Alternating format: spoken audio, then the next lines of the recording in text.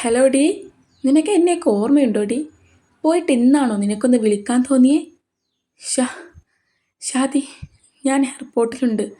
നീ ഒന്ന് ഇങ്ങോട്ട് വരുമോ? ആ, വരാലോ. നിനക്കെന്താടി വയ്യേ? എന്താ നിൻ്റെ ശബ്ദം വല്ലാതിരിക്കുന്നേ? അല്ല, കണ്ണൻ എവിടെ? നീ ഇങ്ങ് വാ, എന്നിട്ട് പറയല്ല. ആ, ഓക്കെ. ഷാദി ഫോൺ വെച്ചതും ആദി വാഷ്റൂമിലേക്ക് ചെന്ന് മുഖം കഴുകി വന്നു. എങ്കിലും കണ്ണീരിനെ പിടിച്ചു നിർത്താൻ ആദിക്ക് സാധിച്ചിരുന്നില്ല. ആദി! ഷാദിയുടെ ശബ്ദം കേൾക്കെ ആദി ഓടിച്ചെന്നവനെ കെട്ടിപ്പിടിച്ചു പൊട്ടിക്കരഞ്ഞു. ആദി, എന്താടാ പറ്റിയേ? നിനക്ക് ഭാഗ്യമല്ലടാ. ജീവിതകാലം മുഴുവൻ എൻ്റെ അസുരൻ്റെ പ്രണയം ആസ്വദിക്കാനുള്ള ഭാഗ്യം എനിക്ക് ദൈവം സമ്മാനിച്ചിട്ടില്ല. ഞാൻ പേടിച്ചത് എന്താണോ അത് തന്നെ എൻ്റെ ജീവിതത്തിൽ നടന്നടോ. ആദി, കരയല്ലേ. എന്താ പ്രശ്നം എന്ന് തെളിയിച്ച് പറ. നമുക്ക് പരിഹാരം ഉണ്ടാക്കാം. ഒരു പരിഹാരവും ഇല്ല ഷാദി. കണ്ണടനെ എന്നേക്കുമായി ആദിക്ക് നഷ്ടപ്പെട്ടു കഴിഞ്ഞു. ഒരിക്കലും ആദ്യം ആ പ്രണയത്തെ എന്നിലേക്ക് വലിച്ചെടുപ്പിക്കാൻ ശ്രമിക്കില്ല. എനിക്ക് വിധിച്ചതാണെങ്കിൽ അത് എന്നിലേക്ക് തന്നെ വന്നു ചേരുമെന്ന് ഞാൻ വിശ്വസിക്കുന്നു. പക്ഷേ കണ്ണടൻ എനിക്ക് തെറ്റായിരുന്നു. എൻ്റെയും അവൻ്റെ യോഗ്യതകൾ നോക്ക്. അച്ഛൻ ആരെന്ന് പോലും അറിയാത്ത, പേരിനൊരു കുടുംബം പോലും ഇല്ലാത്ത അനാഥയാണ് ഞാൻ. പക്ഷേ കണ്ണടനോ? വേണ്ട, ഒന്നും വേണ്ട. എനിക്ക് ആഗ്രഹിക്കാൻ പോലും അവകാശമില്ലാത്ത ആളായിട്ട് തന്നെയാണ് ഞാൻ കണ്ണേട്ടനെ കണ്ടിരുന്നത്. പക്ഷേ ദൈവനിശ്ചയം മൂലം ഞങ്ങളുടെ കല്യാണം കഴിഞ്ഞു. പക്ഷേ ഒരിക്കലും ഞങ്ങൾ ഒന്നിക്കില്ല എന്നത് എനിക്ക് ഉറപ്പാണ്. വൈകാതെ ഞാനും കണ്ണേട്ടനും ഡിവോഴ്സ് ആവും. പിന്നെ ഞാൻ എൻ്റെ വഴി, കണ്ണേട്ടന് കണ്ണേട്ടൻ്റെ വഴി. നീ എന്തൊക്കെ ആദ്യം ഈ പറയുന്നേ? എനിക്കൊന്നും മനസ്സിലാവുന്നില്ല. നീ അസുര എന്നല്ലേ കണ്ണനെ വിളിക്കല്? ഇപ്പം എന്തോരം കണ്ണേട്ടൻ വിളിയൊക്കെ? ഒന്നുമില്ല. നീ എന്നെ ഒന്ന് ജോജായൻ്റെ അടുത്താക്കി തരുമോ? എനിക്ക് അച്ചായനെ ഒന്ന് കാണേണ്ടതുണ്ട്. വാ. അതിനു മുമ്പ് നമുക്ക് ആദ്യം എന്തെങ്കിലും ഒന്ന് തിന്നാം. അതുപോലെ തന്നെ നിൻ്റെ ഈ കരഞ്ഞ മോന്തായി ഒന്ന് മാറ്റി നീ ഹാപ്പി ആയിട്ട് പോയാൽ മതി അങ്ങോട്ട്. അത്ര പെട്ടെന്നൊന്നും ഞാൻ ഹാപ്പി ആവില്ല ഷാദി. കാരണം എൻ്റെ പ്രാണനാണ് എന്നിൽ നിന്ന് അകന്നു പോയത്. എന്തായാലും നീ വാ. നമുക്കൊന്ന് വീട്ടിൽ പോയി ഫ്രഷ് ആയിട്ട് ജോയുടെ അടുത്തേക്ക് പോവാം. അല്ല, അവനെ കണ്ടിട്ട് നിനക്കെന്താ എത്ര അത്യാവശ്യം? ഒന്നുമില്ല, നീ വാ. ഷാദിക്കൊപ്പം വീട്ടിലേക്ക് പോയ ആദി കണ്ണൻ്റെ റൂമിലേക്ക് കയറിയില്ല. പകരം ഈ വീട്ടിലേക്ക് വന്ന അന്ന് ആദ്യമായി തനിക്കായി സമ്മാനിച്ച റൂമിലേക്ക് കയറി അവൾ പെട്ടെന്ന് ഫ്രഷായി ഷാദിക്കൊപ്പം ഹോസ്പിറ്റലിലേക്ക് പോയി. ഒന്നും മിണ്ടാതെ സൈലൻ്റായിരിക്കുന്ന ആദിയെ കണ്ടിട്ട് ഷാദിക്ക് എന്തോ പോലെ തോന്നുന്നുണ്ട്. പക്ഷേ അവളോടിപ്പോൾ ഒന്നും ചോദിച്ചിട്ട് കാര്യമില്ല എന്നറിയാവുന്നത് കൊണ്ട് തന്നെ ഷാദിയും നിശബ്ദതയെ കൂട്ടുപിടിച്ചു. ജോക്കടുത്തേക്ക് ചെന്ന് ആദിയും ഷാദിയും കേൾക്കുന്നത് ക്ഷിതിക പ്രഗ്നൻ്റ് ആണ് എന്ന് ജോ കണ്ണനോടും ക്ഷിതികയോടും പറയുന്നതാണ്. ഇത്രയും നേരം ക്ഷിതിക ഇറക്കിയ എന്തോ ഉടായ്പാണ് ഈ പ്രഗ്നൻസി എന്നായിരുന്നു ആദി കരുതിയിരുന്നത്. എന്നാൽ ഇപ്പോൾ അവൾക്ക് വിശ്വാസമായി ക്ഷിതികയുടെ ഡ്രാമയല്ല ഇതെന്ന്. മൂക്കറ്റം കള്ളു മോന്തിയ കണ്ണന് സ്ഥലകാല ബോധമുണ്ടാവില്ല. അങ്ങനെയാണല്ലോ താനും അവനും തമ്മിലുള്ള കല്യാണം നടന്നത്. അതുപോലെ അവൻ മറ്റൊരുത്തിയും കെട്ടാൻ പോവാണ്. നിറഞ്ഞു തുളുമ്പുന്ന കണ്ണീരിനെ പിടിച്ചു വെച്ചവൾ കണ്ണൻ്റെ മുൻപിലേക്ക് ചെന്നു. കൺഗ്രാറ്റുലേഷൻസ് അർണവ്. കണ്ണനെ നോക്കി പുഞ്ചിരിയോടെ പറഞ്ഞവളെ കാണെ കണ്ണൻ്റെ ഹൃത്തൊന്ന് തുള്ളി. ഉരുകുന്ന ഹൃത്താലെയാണ് ചുണ്ടിൽ പുഞ്ചിരി നിറച്ചവൾ തനിക്ക് കൺഗ്രാറ്റ്സ് തന്നത് എന്ന് കണ്ണന് വ്യക്തമായി അറിയാം. തിരികെ കണ്ണനൊരു മറുപടിയും കൊടുക്കാത്തത് കാണെ ചിക്കുവാണ് ആദിയോട് താങ്ക്സ് പറഞ്ഞത്. ആ താങ്ക്സിൽ ഒരു വിജയച്ചിരി ഉണ്ടായിരുന്നു. ഷാദിയോടും ജോയിയോടും പോവുകയാണെന്ന് പറഞ്ഞവൾ കണ്ണനോട് ചേർന്ന് നിന്ന് പോയത് കാണെ ആദി നിലത്തെ കൂർന്നിരുന്നു പൊട്ടിക്കരഞ്ഞു. ആദി! ജോയും ഷാദിയും ആദിക്കടുത്തേക്ക് വന്നവളെ ചേർത്ത് പിടിച്ചു. ആദി, കരയല്ലേടാ. പറ്റുന്നില്ല എനിക്ക്. എന്തിനാ അങ്ങേരെ എനിക്ക് ആശ തന്നത്? എന്തിനാ എന്നെ പ്രണയിക്കുന്നു എന്ന് പറഞ്ഞത്? എന്നിട്ടല്ലേ ഇപ്പം എനിക്ക് അത്രമേൽ വേദന തോന്നുന്നത്? ഒരു പക്ഷേ എന്നോട് അവൻ ഇഷ്ടം പറഞ്ഞില്ലായിരുന്നാൽ എനിക്കിപ്പോൾ ഇത്ര സങ്കടം തോന്നില്ലായിരുന്നു. എൻ്റെ ജീവിതത്തിൽ നടക്കരുതെന്ന് ഞാൻ പ്രാർത്ഥിച്ച അതേ കാര്യം ഇന്ന് എൻ്റെ ജീവിതത്തിൽ സംഭവിച്ചു. ജോച്ചായ, നീക്കുറപ്പാ എൻ്റെ വയറ്റിലൊരു കുഞ്ഞ് വളരുന്നുണ്ട് എന്ന്? ആ കുഞ്ഞിനും എന്നെപ്പോലെ പറയാനൊരു അച്ഛനില്ലാതെ പോയല്ലോ. ഒരിക്കലും എൻ്റെ കുഞ്ഞിനോട് ഞാൻ പറയില്ല നിൻ്റെ അച്ഛൻ ഇന്ന് മറ്റൊരു പെണ്ണിൻ്റെ ഭർത്താവാണെന്ന്. എൻ്റെ അമ്മ എന്നെ എങ്ങനെ വളർത്തിയോ അതുപോലെ ഞാൻ എൻ്റെ കുഞ്ഞിനെയും വളർത്തും. നാട്ടിലെത്തിയിട്ട് ജോച്ചായനെ കണ്ട് ഉറപ്പ് വരുത്തിയിട്ട് കുഞ്ഞിൻ്റെ കാര്യം കണ്ണേട്ടനെ അറിയിക്കാമെന്ന് കരുതിയതായിരുന്നു ഞാൻ. ഇപ്പോൾ പറയേണ്ടി വന്നില്ല. അതിനു മുമ്പേ എന്നെയും എൻ്റെ കുഞ്ഞിനെയും തനിച്ചാക്കിയവൻ അവൻ്റെ പ്രണയത്തിലേക്ക് തന്നെ മടങ്ങി. എൻ്റെ ജീവിതം എന്തായിരിക്കും ഇങ്ങനെ ആയിപ്പോയത്? എന്തായാലും ഞാൻ കുറേ കരഞ്ഞെന്ന് വെച്ച് കണ്ണേട്ടൻ എനിക്ക് കിട്ടാനൊന്നും പോണില്ല. എനിക്ക് ടെസ്റ്റും ചെയ്യണം. കൂടെ ഈ ടൈം ഞാൻ എന്തൊക്കെ കഴിക്കണം ചെയ്യണം എന്നൊക്കെ ജോച്ചായൻ ഡോക്ടറായതുകൊണ്ട് നിങ്ങൾക്ക് നല്ലോണം അറിയും. സോ അതൊക്കെ എനിക്ക് പറഞ്ഞു തരണം. ആരുമില്ലേലും എൻ്റെ കുഞ്ഞിനെ പൊന്നുപോലെ ഞാൻ വളർത്തും. എൻ്റെ ഒറ്റപ്പെടലിന് ശമനം കിട്ടുമല്ലോ. ആദി, എന്തൊക്കെയാ നീ പറയുന്നതെന്ന് വല്ല ബോധമുണ്ടോ നിനക്ക്? നിന്റെ വയറ്റിൽ കുഞ്ഞ് വളരുന്നുണ്ട് എങ്കിൽ അതിപ്പോൾ തന്നെ കണ്ണനെ അറിയിക്കണം. എന്നിട്ട് നീയും അവനും നിങ്ങളുടെ കുഞ്ഞും സന്തോഷത്തോടെ ജീവിക്കണം. അപ്പോൾ ശിതികയോ? അവളുടെ വയറ്റിൽ വളരുന്ന കുഞ്ഞിന് ഒരു ഉത്തരവാദി വേണ്ടേ? ഇനിയിപ്പോൾ അവൾ ആരെങ്കിലും വിവാഹം ചെയ്യോ? അവൾക്കും വേണ്ട ഒരു ജീവിതം. നിന്റെ ജീവിതം കളഞ്ഞിട്ട് വേണോടി അവൾക്ക് ജീവിതം? ആദി, കളിക്കരുത്. ഈ സമയം നീ അത്രമേൽ സന്തോഷിക്കേണ്ടതാണ്. അതുകൊണ്ട് വേണ്ടാത്ത പണിക്കൊന്നും നിൽക്കണ്ട.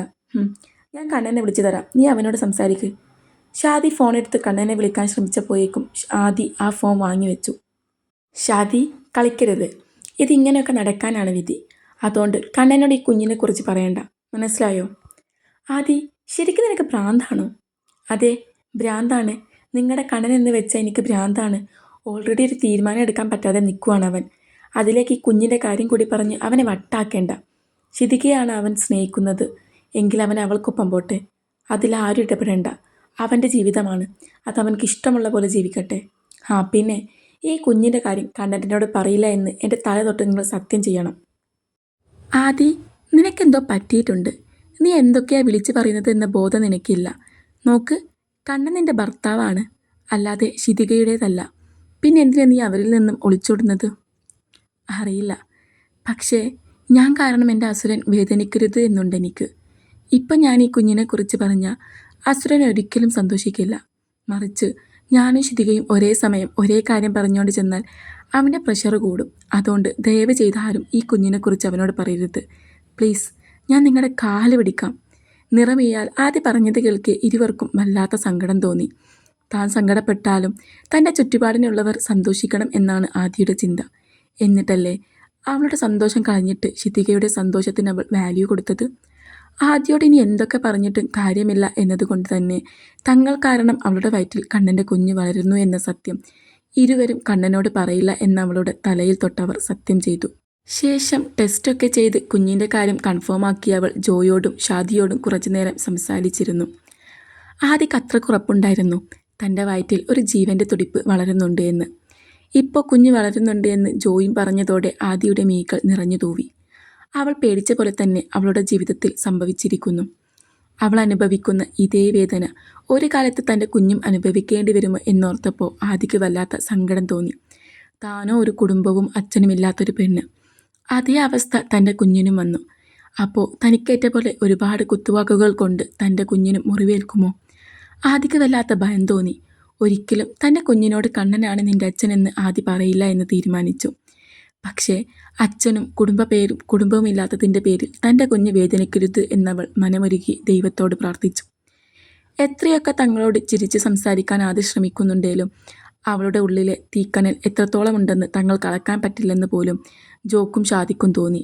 കുറച്ചു കഴിഞ്ഞതും ജോയോട് പറഞ്ഞു ഷാദി ആദിയെയും കൂട്ടി വീട്ടിലേക്ക് പോയി. ആദി, നീ ചെന്ന് കിടന്നോ, ഞാനിന്ന് ഓഫീസിൽ പോയി നോക്കട്ടെ. ബൈ. ബൈ. ആദി ഷാദിയെ നോക്കിയൊന്ന് പുഞ്ചിരിച്ചു അകത്തേക്ക് കയറിപ്പോയി. ഹാളിൽ തന്നെ കണ്ണനും അവൻക്കടുത്തായി ചിക്കും ഇരുന്ന് ഓരോന്ന് സംസാരിക്കുന്നത് കണ്ട ആദി അവരെ നോക്കാതെ മുകളിലേക്ക് കയറി. അതെ, ഒന്നവിടെ നിന്നേ.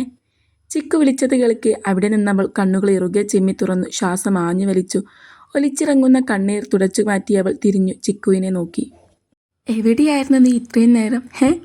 എനിക്കിനി മുതൽ ടൈമിന് ഭക്ഷണം കഴിക്കണമെന്നറിയില്ലേ? ബേബിയുടെ ഫുഡ് ടൈം ടേബിളിൻ്റെ കൂടെ ഇന്ന് മുതൽ എൻ്റേതും ഉണ്ടാവും. സോ ഇന്ന് മുതൽ എനിക്കുള്ളതും കൂടി നീ ഉണ്ടാക്കണം. ശിതിക പറഞ്ഞത് കേൾക്ക് ആദിക്ക് ദേഷ്യമാണ് വന്നത്. ഞാനിവിടുത്തെ വേലക്കാരിയല്ല, കണ്ണൻ്റെ ഭാര്യയാണ് എന്ന് ശിതികക്കറിയാം. എന്നിട്ടും അവൾ തന്നെ വേലക്കാരിയാക്കി മാറ്റുകയാണ്. കണ്ണനാണെ വാ തുറക്കുന്നില്ല. ഇവിടുത്തെ വേലക്കാരിയല്ല എൻ്റെ ഭാര്യയാണെന്നൊക്കെ പറയുമെന്ന് ഡയലോഗ് അടിച്ച ആളാണ്. എന്നിട്ടിപ്പോൾ കമാന്നൊരക്ഷരം മിണ്ടാതെ ശിതികക്കൊപ്പം പോയിരിക്കുന്നു. ആദിക്ക് പുച്ഛം തോന്നി കണ്ണനോട്. ഒന്നും മിണ്ടാതെ അവൾ കയറിപ്പോയത് കാണെ ശിതിക ഗൂഢമായൊന്ന് പുഞ്ചിരിച്ചു. Excuse me. തൻ്റെ ഡോറിൽ ശക്തിയായി ഇടിച്ചു ശിതിക വിളിക്കുന്നത് കേട്ട ആദി ബെഡിൽ നിന്ന് എഴുന്നേറ്റ് ബാത്റൂമിലേക്ക് ചെന്ന് മുഖമൊന്ന് കഴുകി. എന്തൊക്കെ വന്നാലും ശിതികയ്ക്ക് താൻ കരയുമായിരുന്നു എന്ന് മനസ്സിലാവും എന്നത് ആദിക്ക് ഉറപ്പാണ്. എങ്കിലും മുഖം കഴുകിയവൾ കരഞ്ഞിട്ടില്ലാത്ത പോലെ ഡോറ് തുറന്നു ശിതികയ്ക്ക് മുൻപിലേക്ക് ചെന്നു. തമ്പുരാട്ടി അങ്ങ് കിടന്ന് സുഖിക്കുകയാണെന്ന് തോന്നുന്നു. മര്യാദക്ക് പോയി ഫുഡ് ഉണ്ടാക്കടി. ബേബിക്ക് ചോറും പരിപ്പ് കറിയുമാണ് വേണ്ടത്. അറിയാലോ, എരിവും പുളിയും ഒന്നും ബേബിക്ക് ഇഷ്ടമല്ല. പിന്നെ എനിക്ക് വേണ്ടത് നല്ല ചിക്കൻ ബിരിയാണിയും ചിക്കൻ പൊരിച്ചതുമാണ്. 1 മണിക്കൂർ കൊണ്ട് ഇതൊക്കെ ഉണ്ടാക്കി വെക്ക്. അതും പറഞ്ഞ് തന്നെ പുച്ഛിച്ച് പോയവളെ കാണെ ആദ്യം ഒന്ന് നിശ്വസിച്ചു. അതെ, ഞാൻ പറഞ്ഞത് ഞാൻ പാലിച്ചിരിക്കുന്നു. നീ മരണവും ഇവിടെ വരുന്ന അന്ന് തന്നെ നിങ്ങളെ ഞാൻ തെറ്റിക്കുമെന്ന് പറഞ്ഞിരുന്നു. അത് ഞാൻ ചെയ്തു. ഇനി ഞങ്ങളുടെ കല്യാണം നടക്കും. അത് കഴിഞ്ഞാൽ അർണവിൻ്റെ പേരിലുള്ള മുഴുവൻ സ്വത്തും എൻ്റെ പേരിലാക്കും ഞാൻ. ഞാൻ കേട്ടിടത്തോളം അവൻ്റെ മുത്തച്ഛൻ അത്യാവശ്യം നല്ല പണക്കാരനാ. അതൊക്കെ എൻ്റെ കൈപ്പിടിയിൽ എത്തിച്ച ശേഷം കണ്ണനെ ഒഴിവാക്കി ഞാൻ എൻ്റെ ലോകത്ത് ജീവിക്കും. പോയ പോലെ തന്നെ തിരിച്ചു വന്നു ചിക്കു പറഞ്ഞത് കേൾക്കി അവളുടെ മോന്തക്കിട്ടൊന്ന് കൊടുക്കാൻ ആദിക്ക് തോന്നുന്നുണ്ട്. തൻ്റെ അസുരനെ ചതിക്കാൻ ശ്രമിക്കുകയാണ് ശിതിക. പക്ഷേ ഒരിക്കലും മുത്തച്ഛൻ്റെ കൈവശമുള്ള ഒന്നും തന്നെ നിനക്ക് സ്വന്തമാക്കാൻ സാധിക്കില്ല ശിതിക. ഞാൻ അതിന് സമ്മതിക്കില്ല. മുത്തച്ഛനോട് ഞാൻ പറയും, ഈ അടുത്ത കാലത്തൊന്നും കണ്ണൻ്റെ പേരിലേക്ക് അവരുടെ സ്വത്തും പറമ്പും ഒന്നുമാക്കരുതെന്ന്. ഞാൻ ആഗ്രഹിക്കുന്നില്ല കൃഷ്ണപുരം തറവാട്ടുകാരുടെ കഷ്ടകാലം കാണാൻ. എന്നും അവർ സന്തോഷത്തോടെ ജീവിക്കണം. നിന്റെ ഒരു ഉദ്ദേശവും നടക്കാൻ ഞാൻ അനുവദിക്കില്ല ശിതിക. ആദ്യം മനസ്സിൽ ഓരോന്ന് ആലോചിച്ചു കൂട്ടി തൻ്റെ മുന്നിൽ നിൽക്കുന്ന ശിതികയെ നോക്കി പുച്ഛിച്ച് ചിരിച്ചു. നീ എന്ത് വേണേലും ചെയ്തോ, പക്ഷേ കണ്ണേട്ടൻ്റെ കുടുംബസ്വത്ത് കൈക്കലാക്കാമെന്നത് നിന്റെ വെറും വ്യാമോഹമാണ് ശിതിക. നീ എന്തൊക്കെ ചെയ്താലും കണ്ണേട്ടനെ പറ്റിക്കാൻ ഞാൻ സമ്മതിക്കില്ല. നമുക്ക് കാണാം ആദിത്യ. നിൻ്റേതെന്ന് നീ വിശ്വസിച്ച നിന്റെ കണ്ണേട്ടനെ ഞാൻ സ്വന്തമാക്കിയിട്ടുണ്ട്. അവൻ്റെ സ്വത്തുക്കളും എനിക്ക് സ്വന്തമാക്കാൻ എളുപ്പമായിരിക്കും. അതെ, കാണുക തന്നെ ചെയ്യാം. എൻ്റെ കണ്ണേട്ടൻ വേദനിക്കുന്നത് കാണാൻ ഞാൻ ആഗ്രഹിക്കുന്നില്ല.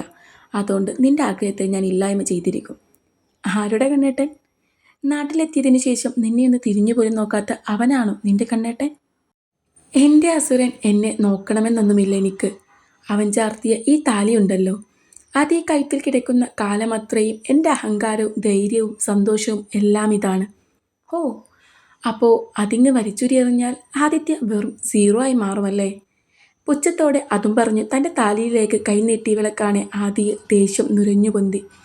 എവിടുന്നോ കിട്ടിയ ധൈര്യത്തിൽ ദേഷ്യത്തോടെ അവൾ കൈ ഉയർത്തി ശിതികയുടെ മുഖത്തേക്ക് ആഞ്ഞടിച്ചു. ശിതികയെ തല്ലുന്ന ആദിയെ കണ്ടുകൊണ്ടാണ് കണ്ണൻ മുകളിലേക്ക് കയറി വന്നത്. ആദിയെ തിരികെ തല്ലണമെന്ന് ശിതികക്ക് ആഗ്രഹമുണ്ടെങ്കിലും അവൾ ആ ആഗ്രഹം മനസ്സിൽ കുഴിച്ചുമൂടി കണ്ണീരുമൊലിപ്പിച്ച് ഓടിച്ചെന്നു കണ്ണനെ കെട്ടിപ്പിടിച്ചു. നോക്ക് ബേബി, അവൾ എന്നെ അടിച്ചു. ഞാൻ എനിക്ക് വിശക്കുന്നു എന്ന് പറഞ്ഞതിന് അവൾ എന്നെ അടിച്ചു ബേബി. അവനിലേക്ക് ചേർന്ന് നിന്നവൾ പറയുന്നത് കേട്ടിട്ട് ആദിക്ക് ദേഷ്യം വീണ്ടും കൂടുകയാണ് ചെയ്യുന്നത്. നീ എന്താ ബേബി ഒന്നും മിണ്ടാത്തത്? ഓ, അല്ലേലും നിനക്ക് ഇവളോട് വല്ലാത്തൊരു കാര്യമാണല്ലോ. എന്നിട്ടല്ലേ ഇവളെ നീ ന്യൂയോർക്കിലേക്ക് കൊണ്ടുപോയതും നിൻ്റെ ഒപ്പം പാട്ട് പാടിച്ചതും നിങ്ങൾ ഒരുമിച്ച് കപ്പിൾ ഡാൻസ് കളിച്ചതും ഒക്കെ. ചിക്കു, നീ ചെന്ന് റെസ്റ്റ് എടുക്ക്. ആദിത്യയോട് ഞാൻ സംസാരിച്ചോളാം. എന്തിനാ നിന്നെ തല്ലിയതെന്ന് ഞാനൊന്ന് ചോദിച്ചു നോക്കട്ടെ. ചോദിക്കുന്നതൊക്കെ കൊള്ളാം, ബട്ട് അവളെ ഇവിടുത്തെ പണിയിൽ നിന്ന് ഒഴിവാക്കേണ്ട. എനിക്ക് അവളുടെ സഹായം അത്യാവശ്യമാണ്. എൻ്റെ സെർവൻ്റായിട്ട് അവളിവിടെ നിന്നോട്ടെ. ശിതികയുടെ സംസാരം കേട്ടിട്ട് ആദിക്കാകെ നാവ് ചൊറിഞ്ഞു വരുന്നുണ്ട്. പക്ഷേ അവൾ ക്ഷമ പാലിച്ച് നിൽക്കുകയാണ്. നീ ചെന്ന് റെസ്റ്റ് എടുത്തോ. ചിക്കു കണ്ണൻ്റെ റൂമിലേക്ക് കയറിപ്പോയതും കണ്ണൻ ആദിക്ക് മുമ്പിലേക്ക് നിന്നു. ആദി, സോറി സാർ, എനിക്ക് ദേഷ്യം വന്നപ്പോൾ ഞാൻ അവളെ അടിച്ചു പോയതാ. എനിക്ക് അടുക്കളയിൽ കുറച്ച് പണിയുണ്ട്. അതും പറഞ്ഞു കണ്ണനെ നോക്കാതെ ആദി വേഗം അടുക്കള ലക്ഷ്യം വെച്ച് നടന്നു. അടുക്കളയിലെത്തിയ ആദി അത്രയും നേരം പിടിച്ചു വെച്ച കണ്ണീരിനെ ഒഴുക്കിവിട്ടു. പിന്നെ ടൈം ആവുമ്പോൾക്ക് അവർക്ക് ഫുഡ് കൊടുത്തില്ലേൽ അതിനാ ശിതികയുടെ വായിലുള്ളത് ഒക്കെ കേൾക്കേണ്ടി വരുമല്ലോ എന്നോർത്തവൾ വേഗം ഫുഡുണ്ടാക്കി.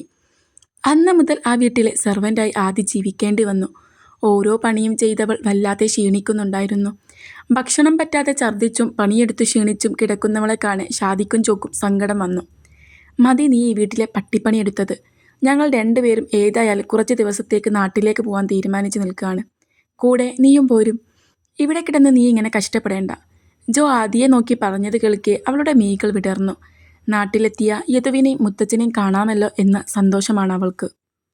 കണ്ണൻ നിന്റെ അവസ്ഥ കണ്ട് സങ്കടപ്പെടുന്നുണ്ട്. എന്നോടൊരു തവണ ചോദിച്ചു എന്താ അവൾക്ക് പറ്റിയേ, ആകെ ക്ഷീണിച്ചു പോയല്ലോ അവളെന്ന്. അന്നേരം ഞാൻ പറഞ്ഞതാ അവൾക്ക് വേണ്ടപ്പെട്ടവർ അവളെ ചതിച്ചിട്ടാ എന്ന്. എന്തിനാ നീ അങ്ങനെയൊക്കെ പറഞ്ഞ ഷാദി? ചുമ്മാ കണ്ണാട്ടനെ സങ്കടപ്പെടുത്തണോ? ഓ പിന്നെ, അവനും കുറച്ചൊക്കെ സങ്കടപ്പെടട്ടെ. അവന് നിന്നെ ഒത്തിരി ഇഷ്ടമാണ്. നീ ഇല്ലാതെ അവന് പറ്റില്ല എന്നത് അവൻക്കും നിനക്കും ഞങ്ങൾക്കും ഒരുപോലെ അറിയാം. അതുപോലെ തന്നെ അവനും ശിതികയും തമ്മിൽ എന്തെങ്കിലും നടന്നെന്ന് പറഞ്ഞാൽ വിശ്വസിക്കാൻ കുറച്ച് ബുദ്ധിമുട്ടുണ്ട്. കാരണം കണ്ണ മര്യാദയ്ക്ക് അവളെ കിസ് കൂടി ചെയ്യാറില്ലായിരുന്നു. അങ്ങനെയുള്ളപ്പോൾ അവൻ്റെ കുഞ്ഞ് അവളിൽ വളരുന്നു എന്ന് പറഞ്ഞാൽ അത് സംശയിക്കേണ്ടിയിരിക്കുന്നു. ഷാദി, നീ ഇങ്ങനെ ഓരോന്ന് ചിന്തിച്ച് തല പുകയിക്കണ്ട. മൂക്കറ്റം കള്ളു കുടിച്ച അങ്ങേരെന്താ ചെയ്യാന്ന് അങ്ങേർക്ക് പോലും അറിയില്ല.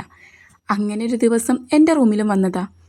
അതുകൊണ്ടൊരു പക്ഷേ ആ കുഞ്ഞ് കണ്ണൻ്റെ തന്നെയാവാം. പക്ഷേ കണ്ണൻ്റെ കുഞ്ഞാവരുതേ എന്നാണ് എൻ്റെ പ്രാർത്ഥന. നീ വിഷമിക്കണ്ടാതി, ദൈവം നിന്നെ കൈവിടില്ല. ഇപ്പോൾ തൽക്കാലത്തേക്ക് നമുക്ക് നാട്ടിലേക്ക് പോവാം. ഒക്കെ വൈകാതെ ശരിയാവും. ജോ ആദിയെ ചേർത്ത് പിടിച്ച് പറഞ്ഞത് കേൾക്കെ അവൾക്കൊരാശ്വാസം തോന്നി. വൈകാതെ എല്ലാം ശരിയാവും എന്നൊരു പ്രതീക്ഷയും. ഇന്ന് ആദിയും ജോയും ഷാദിയും നാട്ടിലേക്ക് പോവാണ്. ആദ്യ നാട്ടിലേക്ക് പോവാണ് എന്നറിഞ്ഞത് മുതൽ ശിതികയും കണ്ണനോട് പറയാൻ തുടങ്ങിക്ക്, നമുക്ക് നാട്ടിൽ പോയി നിന്റെ വീട്ടുകാരോട് സംസാരിക്കാമെന്ന്. ഇനി അഥവാ ആദ്യ നേരത്തെ കാലത്തെ അങ്ങോട്ട് പോയി തൻ്റെ പ്ലാനെല്ലാം കുളമാക്കിയാലോ എന്ന ഭയമുണ്ട് ശിതികക്ക്. അതുകൊണ്ട് ഇന്ന് തന്നെ ആദിയും ടീമും പോകുന്നതിന് മുൻപുള്ള ഫ്ലൈറ്റിന് കണ്ണനും ശിതികയും നാട്ടിലേക്ക് യാത്ര തിരിച്ചു. നാട്ടിലെത്തിയ ഷാദിയും ജോയും ആദിയെ നോക്കി. ഞങ്ങളുടെ കൂടെ ഞങ്ങളുടെ വീട്ടിലേക്ക് പോരുന്നോ അല്ലേ സ്വന്തം വീട്ടിലേക്ക് പോകണോ എന്ന ചോദ്യഭാവനയുള്ള അവരുടെ നോട്ടം കാണെ കണ്ണൻ്റെ വീട്ടിലേക്ക് തന്നെ ആക്കിത്തരാനാണ് ആദി പറഞ്ഞത്. അവരവിടെ എത്തിയപ്പോൾ കണ്ടത് കണ്ണനെയും ശിതികയും കണ്ട് ഞെട്ടി പണ്ടാരമടങ്ങി എല്ലാവരും സിറ്റൗട്ടിൽ നിൽക്കുന്നതാണ്. ശിതിക അത്യാവശ്യം സാമ്പത്തികമായി മുന്നിലുള്ള കുടുംബത്തിലെ കുട്ടിയാണ് എന്ന് തോന്നിയിട്ടാണോ എന്തോ നീലിമയ്ക്ക് നന്നായി പിടിച്ചിട്ടുണ്ട് ശിതികയെ. അതുകൊണ്ട് തന്നെ അവൾ ശിതികയെ കെട്ടിപ്പിടിച്ച് സ്വന്തം മോളെ പോലെ ചേർത്ത് പിടിച്ച് അവളുടെ നെറ്റിയിലായി ചുംബിക്കുന്നൊക്കെയുണ്ട്. ആരുവിൻ്റെ മുഖമാണേൽ കടന്നൽ കുത്തിയ പോലെയാ. അവൾക്ക് കണ്ണനെ സ്വന്തമാക്കാൻ പറ്റുന്നില്ലല്ലോ എന്ന സങ്കടം കൂടിയുണ്ട് കുട്ടിയുടെ മുഖത്ത്. യദുവിൻ്റെയും മുത്തച്ഛൻ്റെയും കണ്ണുകൾ കണ്ണനെയോ ശിതികയെയോ നോക്കുന്നില്ല. മുറ്റത്തേക്കാണ് അവരുടെ നോട്ടം. ആദിക്കു വേണ്ടിയുള്ള നോട്ടമാണതെന്ന് കണ്ണന് വ്യക്തമായി അറിയാം. ഷാദിക്കും ജോക്കുമൊപ്പം വന്ന് കാറിൽ നിന്നിറങ്ങിയ ആദിയെ കാണെ യദു സന്തോഷത്തോടെ ഓടിച്ചെന്നവളെ എടുത്തുയർത്തി കറക്കി.